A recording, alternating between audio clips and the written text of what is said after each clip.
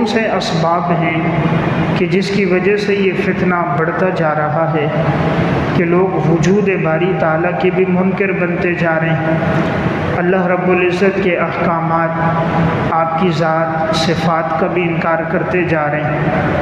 حالانکہ ایمان بہت بڑی نعمت ہے، اور اس ایمان کی قدر انسان کو تب آئے گی جب انسان کی آنکھ بند ہو جائے گی، تو اسے معلوم ہوگا ایمان اللہ کی طرف سے کتنی بڑی نعمت ہے۔ اور اللہ کے ہاں جو چیز قبول ہے وہ دین اسلام ہے۔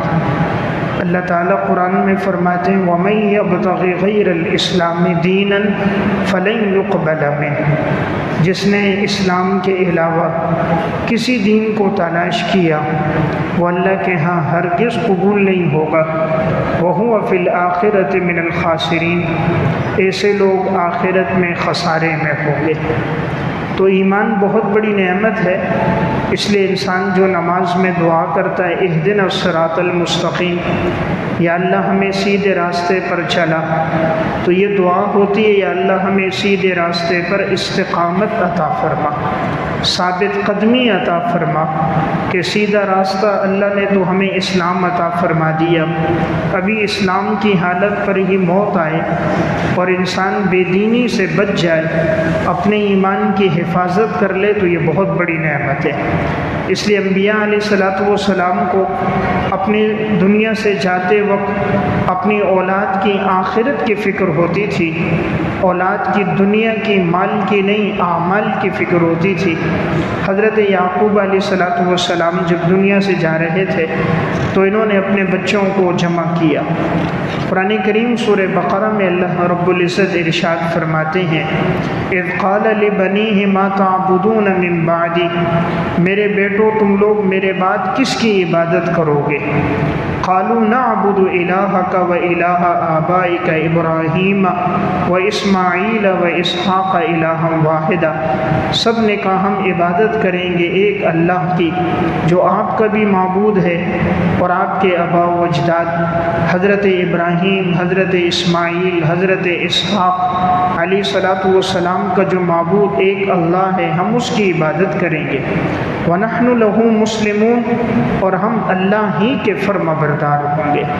تو معلوم ہوا ایمان بڑی نعمت ہے کہ انبیاء علیہ السلام دنیا سے جاتے وقت انہیں اپنے اولاد کے ایمان کی فکر ہوتی تھی۔ حضرت لقمان حکیم نے اپنے بیٹے کو جو نصیحتیں فرمائی تھیں ان میں سب سے پہلی نصیحت عقیدے کے بارے میں تھی کہ میرے بیٹے میری دنیا سے جانے کے بعد کہ تم لوگوں نے عقائد پہ برقرار رہنا ہے، اپنے آپ کو شرک سے بچانا ہے، اس لیے کہ شرک بہت بڑا گناہ ہے۔ وَإِذْ قَالَ لُقْمَانُ لِابْنِهِ وَهُوَ يَعِظُهُ يَا بُنَيَّ لَا تُشْرِكْ بِاللَّهِ، جب حضرت لقمان نے اپنے بیٹے کو نصیحتیں کی تو فرمایا پیارے بیٹے اللہ کے ساتھ کسی کو شریک نہ ٹھہرانا، ان الشرک لظلم عظیم، شرک بہت بڑا گناہ ہے۔ یعنی ہر نبی کو اپنی اولاد اور امت کے ایمان کی بڑی فکر تھی، اور ایمان بہت بڑی نعمت ہے۔ اس لیے جب انسان دنیا میں ایمان کی قدر کرتا ہے، ایمان پہ زندگی گزارتا ہے، تو اللہ اس کو موت بھی ایمان والی دیتا ہے۔ اس لیے اللہ تعالیٰ نے ایمان والوں کو خطاب کر کے قرآن کریم میں ارشاد فرمایا ہے کہ اے ایمان والو اگر تمہیں موت آئے تو ایمان کی حالت میں موت آنی چاہیے۔ فرمایا یا ایھا الذین آمنوا اتقوا اللہ حق تقاتہ، اے ایمان والو تم اللہ سے ڈرو جس طرح ڈرنے کا حق ہے، ولا تموتن الا وانتم مسلمون، اور تمہیں موت نہ آئے مگر اس حال میں کہ تم مسلمان ہو، اللہ کے فرما بردار ہو۔ تو ایمان پر اگر زندگی گزرے گی، تقوی پر زندگی گزرے گی تو اللہ تعالیٰ ایمان والی موت بھی نصیب کرے گا، ورنہ بسا اوقات انسان کا خاتمہ کفر پہ ہو جاتا ہے۔ علامہ شمس الدین صفیری رحمۃ اللہ علیہ کی صحیح بخاری کی شرح ہے جس کا نام ہے المجالس الواعظیہ فی شرح احادیث خیر البریہ، اس میں انہوں نے دو واقعات ذکر کی۔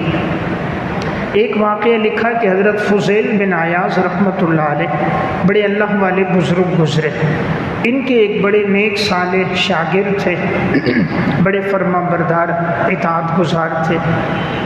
تو جب ان کی موت کا وقت آیا، حضرت فضیل بن عیاض کو پتہ چلا تو حضرت اپنے شاگرد کے پاس آئے۔ مقصد تھا کہ میں آخری وقت میں انہیں کلمے کی تلقین کروں تاکہ کلمہ پڑھ کر یہ دنیا سے چلے جائیں۔ تو فضیل بن عیاض ان کے پاس آئے، سورہ یاسین پڑھنے لگے تو شاگرد نے آگے سے کہا مت پڑھو، بس کرو، خاموش ہو گئے۔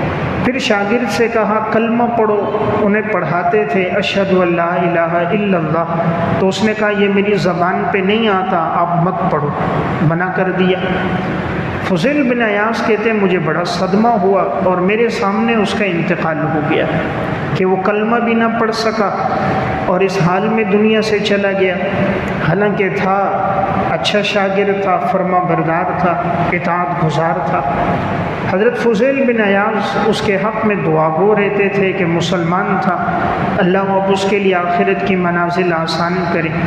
سوچتے رہتے، دعا کرتے رہتے۔ ایک رات خواب دیکھا، اپنے اسی شاگرد کو خواب میں دیکھا تو بڑی تکلیف کی حالت میں تھا۔ پوچھا کیا بات تھی کہ تم نے مجھے یاسین پڑھنے سے منع کیا، کلمے سے روکا، حالانکہ تم تو بڑے فرما بردار تھے، کس وجہ سے تم کلمے سے محروم ہو گئے؟ اس نے کہا بات یہ تھی کہ میری زندگی میں 3 گناہ آ گئے تھے۔ نمبر 1، پہلا گناہ یہ تھا کہ میں نے شراب پینا شروع کر دی تھی۔ مجھے ایک بیماری لگی اور کسی نے کہا تمہاری شفا شراب میں ہے، تو میں نے شراب نوشی شروع کر دی، اور اس نے کہا تم سال میں 1 دفعہ پیو۔ تو جب انہوں نے پینا شروع کی تو وہ عادت سی بن گئی، تو کہا شراب کے گناہ میں پڑ گیا۔ نمبر 2، حسد اور غیبت کے گناہ میں پڑ گیا کہ حسد عام ہو گیا، غیبت میں مبتلا ہو گیا۔ اور تیسرا گناہ بتایا کہ جو میری زندگی میں بڑھ گیا وہ چغل خوری تھی کہ میں لوگوں کی چغلیاں کرتا، جھگڑے کرواتا، تو کہا اس وجہ سے میں کلمے سے محروم ہو گیا۔ تو دیکھیں زندگی اچھی گزاری لیکن آخر میں کلمے سے اور حسن موت سے، اچھی موت سے ان کا واسطہ نہ پڑا اور سوء خاتمہ، برا خاتمہ ہوا، دنیا سے چلے گئے۔ تو اس لیے ہمیشہ دعا ہو کہ انسان اچھی زندگی گزارے اور اللہ اس کا خاتمہ بھی اچھا کرے، ایمان والی اللہ اسے موت نصیب کرے۔ اسی کتاب میں علامہ صفیری رحمۃ اللہ علیہ نے ایک اور واقعہ بیان کیا۔ 3 نوجوان تھے، بڑے عبادت گزار تھے، تو تینوں نوجوانوں نے قصد کیا ایک سفر کا کہ ہم لوگ حج کے لیے جاتے ہیں۔ تو ابھی حج کے ایام دور تھے، انہوں نے پیدل سفر کیا۔ تینوں بڑے متوکل تھے، قناعت والے، یقین والے تھے، تینوں نے پیدل سفر کیا۔ تینوں سفر کرتے کرتے جا رہے تھے، راستے میں ایک بستی آئی عیسائیوں کی، جہاں سارے عیسائی لوگ آباد تھے۔ تو ان میں سے ایک نوجوان کی نظر ایک عیسائی لڑکی پہ پڑ گئی اور وہ اس کے فتنے میں مبتلا ہو گیا۔ باقی 2 ساتھی کہتے رہے کہ حج کا سفر ہے، چلو چلتے ہیں۔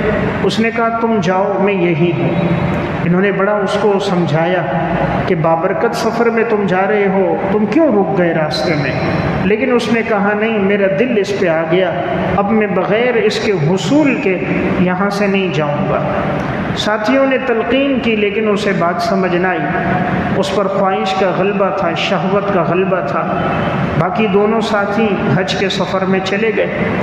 اب یہ اسی لڑکی کے گھر گیا، اس کے والد سے ملا، کہا میں آپ کی بیٹی سے شادی کرنا چاہتا ہوں۔ اس نے کہا تمہارا مذہب اسلام ہے اور ہمارا مذہب عیسائیت ہے، تو اس وقت میں اپنی بیٹی تمہارے عقد میں دوں گا جب تم عیسائی بن جاؤ، اور تم اپنے گلے میں صلیب کا نشان لٹکا دو، اسلام کو چھوڑ دو، کفر اختیار کر دو، تو پھر میں اپنی بیٹی کی تمہارے ساتھ شادی کر دوں گا۔ تو یہ فتنے میں تھا، عشق میں تھا، بات سمجھ نہیں آ رہی تھی۔ انسانی عقل 2 وقت میں کام نہیں کرتی، نمبر 1 غصے میں، نمبر 2 شہوت میں۔ تو بھی یہ بھی شہوت کے فتنے میں اب اس نے صحیح فیصلہ نہیں کیا، اس کے فتنے میں مبتلا ہو کر کفر اختیار کر لیا اور عیسائی ہو گیا، اور اس باپ نے اپنے مذہب کے مطابق اپنی بیٹی اس کو دے دی۔ اس سے اس کے 2 بیٹے پیدا ہو گئے، اور وہ دونوں بیٹے بھی اب 12 سال 14 سال کی عمر کو پہنچ گئے۔ اب یہ جو 2 نوجوان اس کے ساتھی تھے وہ تو حج پر گئے، پھر حج سے واپس آئے، ایک عرصہ گزر گیا، پھر ایک دفعہ دل میں خیال آیا ہمارا جو ساتھی تھا وہ اس عیسائی بستی میں رہ گیا تھا، عیسائی بن گیا تھا، چلو جا کر دیکھتے ہیں اب اس کی حالت کیا ہے، اس سے ملتے ہیں، دعوت دیتے ہیں، ممکن ہے اللہ تعالیٰ اس کو ہدایت کی توفیق دے دے، دلوں کو پلٹنا اللہ کے اختیار میں۔ تو یہ دونوں ساتھی ایک عرصے کے بعد کہ کافی 13-14 سال گزر گئے تھے، یہ لوگ اسی بستی میں گئے اور تلاش کرتے کرتے اس جگہ تک پہنچ گئے۔ پھر انہوں نے وہاں پوچھا کہ ایک نوجوان ہوتا تھا اور اس نے ایک عیسائی لڑکی سے عقد کیا تھا، شادی کی تھی، تھا وہ مسلمان بعد میں عیسائی ہو گیا، کیا وہ زندہ ہے یا انتقال ہو گیا، اسی شہر میں ہے یا کہیں اور چلا گیا؟ تو خبر پہنچی کہ اس کا انتقال ہو گیا۔ تو انہوں نے کہا اس کی قبر کہاں ہے، ہم اس کی قبر پہ چلیں؟ انہوں نے کہا فلاں قبرستان میں اس کی قبر ہے۔ اب یہ دونوں کہتے ہیں ہم بڑے غم کی حالت میں تھے کہ کفر کی حالت میں اس کی موت ہو گئی، تو ہم اس کی قبر پر گئے۔ ہم جیسے وہاں پہنچے تو ہم نے دیکھا کہ اس کی بیوی وہاں کھڑی تھی، قبر پہ رو رہی تھی، اور وہی 2 بچے تھے، ایک کی عمر تقریباً 10-11 سال، دوسرے کی 12-13 سال، دونوں بیٹے۔ تو ماں قبر پر تھی تو دونوں بیٹے بھی آئے ہوئے تھے قبر پر، تو ماں رو رہی تھی۔ تو انہوں نے جب دیکھا، پوچھا یہ اسی کی قبر ہے، اس کی بیوی سے نام پوچھا، سب کچھ معلومات، تو پتہ چل گیا کہ اسی کی قبر ہے۔ اب ان دونوں کی آنکھوں سے آنسو بہنے لگ گئے، غمزدہ ہو گئے کہ ہمارا اچھا ساتھی تھا، اعمال میں زندگی گزری تھی، لیکن خاتمہ کفر پہ، عیسائیت پہ ہو گیا۔ تو ان دونوں ساتھیوں کو اپنے اس ساتھی کے اعمال ماضی کا وقت، اس کے ساتھ گزرے ہوئے لمحات یاد آئے اور یہ دونوں رونے لگ گئے۔ تو اس کی بیوی نے ان دونوں سے پوچھا تم کیوں رو رہے ہو، تمہارا اس سے کیا تعلق، یہ تو میرا شوہر تھا۔ اس نے کہا بات یہ کہ یہ ہمارا ساتھی تھا، ہم نے زندگی ساتھ گزاری تھی۔ پھر واقعہ سنایا اس طرح ہم یہاں سے گزر رہے تھے تو اس نے آپ کو دیکھا تھا، فتنے میں پڑا اور یہ عیسائی ہو گیا، ورنہ یہ تو بڑا نیک تھا، پرہیزگار تھا۔ اس کے صوم و صلات کے واقعات، اس کی ہمدردی، ایثار کے واقعات جب بیان کیے، اس لڑکی نے جب یہ سارا قصہ سنا اور ان دونوں نوجوانوں کی آنکھوں سے چھلکتے آنسو، ہمدردی، ایثار اور اس کے اعمال کا تذکرہ سنا، تو انہوں نے کہا تمہارا مذہب اسلام سچا ہے، ہمیں کلمہ پڑھاؤ، ہم مسلمان ہوتے ہیں۔ تو ان دونوں نوجوانوں نے اس کی بیوی کو کلمہ پڑھایا، وہ بھی مسلمان ہو گئی۔ دونوں بیٹے ساتھ کھڑے تھے، اس ماں نے بیٹوں سے کہا یہ تمہارے باپ کے دوست ہیں، اور یہ دونوں اس کے ساتھ تھے اور اس کو حج کے سفر میں لے جا رہے تھے، لیکن پس وہ میرے فتنے میں پڑ کے بھٹک گیا تھا۔ صحیح مذہب اسلام ہی ہے، میں نے بھی قبول کیا، بیٹو تم بھی قبول کرو۔ تو دونوں بیٹوں نے کلمہ پڑھا، وہ بھی مسلمان، تو ماں بھی مسلمان ہو گئی، دونوں بچے بھی مسلمان ہو گئے۔ اب یہ دونوں ساتھی روتے تھے، کہتے تھے اللہ کا کیا نظام ہے، جس کی زندگی اعمال میں گزری تھی اس کی موت کفر پہ آ گئی، اور جس کے فتنے کی وجہ سے وہ کافر بنا تھا اللہ نے اس کو ایمان کی دولت عطا فرمائی، اور دونوں بیٹے بھی مسلمان ہو گئے۔ اس لیے ہر وقت انسان کو خوف زدہ رہنا چاہیے کہ کہیں ایسا نہ ہو کفر پر موت نہ آ جائے، ملحد نہ ہو جائے، عیسائی نہ بن جائے، دہری نہ بن جائے۔ آج کا دور شبہات کا دور ہے، وسوسوں کا دور ہے، فتنے بڑھتے جا رہے ہیں۔ سوشل میڈیا کے ذریعے بہت سے نام نہاد اسکالر، مفکر ایسے ہوتے ہیں جو دین کی باتوں پر اعتراضات کر کے لوگوں کو دین سے برگشتہ کر دیتے ہیں۔ ایسے وقت میں اپنے ایمان کی فکر کرنا بڑی ضروری ہے، جیسے ہمیں اپنے جسم کی فکر کی بڑی ضرورت ہے۔ اچھے سے اچھے ڈاکٹر کے پاس علاج کے لیے جاتے ہیں کہ تاکہ ہماری جسمانی صحت برقرار رہے، تو ہمیں اپنے ایمان کی حفاظت کی بھی زیادہ فکر کرنی چاہیے کہ ہمارا ایمان بھی برقرار رہے۔ اپنے اولاد کی بھی ایمان کی فکر کرنی چاہیے۔ ہمیں اپنی اولاد کی صرف ظاہری ضروریات کی فکر ہے کہ بچہ اچھا لباس پہنے، اچھے مہنگے اسکول کالج یونیورسٹی میں تعلیم ہو، مہنگے سے مہنگا موبائل آئی فون ہو، اچھی گاڑی ہو، اچھی عمدہ جگہ میں اس کے لیے گھر ہو، بینک بیلنس ہو، دولت ہو، سرکاری نوکری ہو، باہر کا ویزا ہو۔ یہ ساری ساری محنت تو دنیا کے لیے کی، اولاد کی آخرت کی فکر کتنی کی؟ تو اس وقت کے دور میں الحاد بڑھتا جا رہا ہے، لوگ معاذ اللہ ملحد ہو رہے ہیں۔ اس وقت میں ہمیں اپنے نوجوان نسل کی فکر زیادہ کرنی چاہیے۔ تو میں عرض کر رہا تھا الحاد کے اسباب، تو گزشتہ درس میں نے 13 اسباب عرض کیے تھے کہ لوگ ملحد ہو رہے ہیں، اس کے اسباب ٹوٹل یہ 55 ہیں۔ آج کے درس میں بقیہ عرض کر رہا ہوں۔ 14ویں نمبر پر جو سبب ہے جس کی وجہ سے انسان ملحد بن رہا ہے وہ ہے بچپن میں مذہبی تعلیم کا نہ ہونا۔ بچپن میں مذہبی تعلیم کا نہ ہونا، بعض اس وجہ سے ملحد ہو رہے ہیں کہ بچپن میں انہیں دین کی تعلیم نہیں دی گئی۔ انسان جو پروان چڑھتا ہے وہ بچپن سے، اگر بچپن میں اس کے دل میں دین کی محبت ڈال دی جائے، اللہ رسول کی محبت ڈال دی جائے، قرآن کی محبت ڈالی جائے، اسے مسجد کے ماحول میں لایا جائے، اس کے سامنے بات بات میں اللہ کا تذکرہ کیا جائے، اللہ کے حبیب کا تذکرہ کیا جائے، تو وہ بچہ کبھی بھی بے دین نہیں بنتا۔ لیکن اگر گھر کے معاشرے میں بچپن سے اسے مذہبی تعلیم نہیں دی گئی، مذہبی بنیادی عقائد نہیں بتائے گئے، اسے کبھی اعمال کے لیے مسجد نہیں لایا گیا، اس کے سامنے اللہ اور اس کے رسول کا تذکرہ نہیں ہوا، صحابہ کی زندگی بیان نہیں ہوئی، صحابہ کی قربانی کے واقعات سامنے نہیں آئے، تو ایسا بچہ جب سوشل میڈیا دیکھتا ہے، کسی کی کوئی بات سنتا ہے، تو وہ ان شبہات سے متاثر ہو کر وہ دین چھوڑ دیتا ہے، کیونکہ ہم نے اس کی بنیاد پختہ نہیں کی۔ جتنی بنیاد مضبوط ہوگی عمارت مضبوط ہوگی۔ اگر بنیاد میں اس کے دل میں محبت ڈال دی تو کبھی بھی یہ بچہ خواہشات شہوت کی وجہ سے بے دین نہیں بنے گا، اور اگر بچپن سے اس کے دل میں دین کی محبت اللہ رسول کی نہیں آئی تو وہ آگے جا کر یا تو کسی لڑکی کے فتنے میں مبتلا ہو کر عیسائی یہودی بن جائے گا، یا مال دولت کے فتنے میں مبتلا ہو کر دین چھوڑ دے گا۔ نمبر 15، ذاتی صدمہ یا تکلیف۔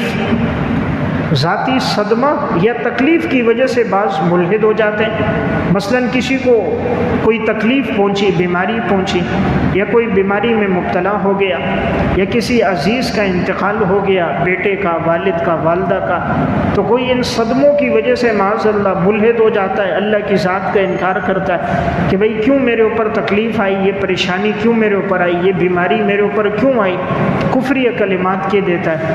حالانکہ مسلمان کی اصل علامت ہے رضا بالقضاء، اللہ کے فیصلوں پہ راضی رہنے والا، کہ جب بھی کوئی تکلیف آئے وہ سمجھے یہ میرے گناہوں کی وجہ سے ہے۔ ایسے وقت میں انسان اللہ کی طرف رجوع کرے، صلاۃ و توبہ پڑھے، اللہ تعالیٰ اس کو ایمان پر استقامت دیتا ہے۔ پھر یہ بیماریاں انسان کے گناہوں کے جھڑنے کا ذریعہ ہیں، بندے کے اللہ کے قرب کا ذریعہ ہیں، عبادت اعمال کا ذریعہ ہیں، اور بسا اوقات صبر کرے گا تو آخرت میں وہ درجات ملیں گے کہ دنیا میں جس کے بارے میں انسان کو پتہ ہی نہیں تھا، آخرت میں جو اللہ اس کو اجر و ثواب عطا فرمائے گا۔ نمبر 16، فلسفیانہ سوچ اور عقل پرستی۔ الحاد کی ایک وجہ فلسفیانہ سوچ اور عقل پرستی۔ بعض لوگ اس وجہ سے بے دین ہو رہے ہیں کہ وہ ہر بات کو عقل پر پرکھتے ہیں۔ اگر عقل میں کوئی بات آ جائے تسلیم کر لیتے ہیں، کوئی بات عقل میں نہ آئے انکار کر لیتے ہیں۔ اب بہت سے اس وجہ سے انکار کر رہے ہیں کہ معاذ اللہ رب العزت کو ہم نے دیکھا نہیں، تو جب اللہ نظر نہیں آ رہا تو ہم کیسے اس کو تسلیم کر لیں۔ حالانکہ یہ کوئی اہم بات نہیں، بہت سی چیزیں نظر نہیں آتی، انسان ان کو تسلیم کرتا ہے۔ انسان کے جسم میں روح موجود ہے، نظر نہیں آتی، عقل موجود ہے، نظر نہیں آتی، تسلیم کرتا ہے۔ ڈاکٹر کے پاس جائے وہ کہتا ہے آپ کے جسم میں آئرن موجود ہے، نظر نہیں آ رہا۔ وہ کہتے جی آپ کو شوگر ہے، محسوس ہوتا ہے لیکن یہ شوگر نظر نہیں آتا۔ بلڈ پریشر محسوس ہوتا ہے، نظر نہیں آتا۔ دنیا کی بہت سی چیزیں ہمیں نظر نہیں آتی، ہم تسلیم کرتے ہیں۔ تو کائنات اتنی بڑی اللہ کے وجود پر دلیل ہے، کائنات کی ہر نعمت، ہر مخلوق دلالت کرتی ہے اللہ رب العزت کا وجود ہے۔ اگر کوئی جانور گزر جائے ہم اس کے قدموں کے نشانات دیکھ کر پہچان لیتے ہیں، یہاں سے گائیں گزری ہے، بکری گزری ہے۔ انسان کے قدم کے نشانات دیکھ کر پہچان لیتا ہے انسان گزرا ہے۔ تو اتنی بڑی علامات، سورج چاند کا یہ نظام، اللہ نے ساری زمین کو بچھایا، آسمان کو کھڑا کر دیا، سمندروں کے پانی کو بہایا، خوبصورتی اور تزئین لائی، یہ پورا نظام دلالت کرتا ہے اللہ کے وجود پر۔ تو جو انکار کرتے ہیں وہ صرف عقل پرست ہو کر کہ ہماری عقل میں نہیں آ رہا، حالانکہ اصل چیز عقل نہیں وحی ہے۔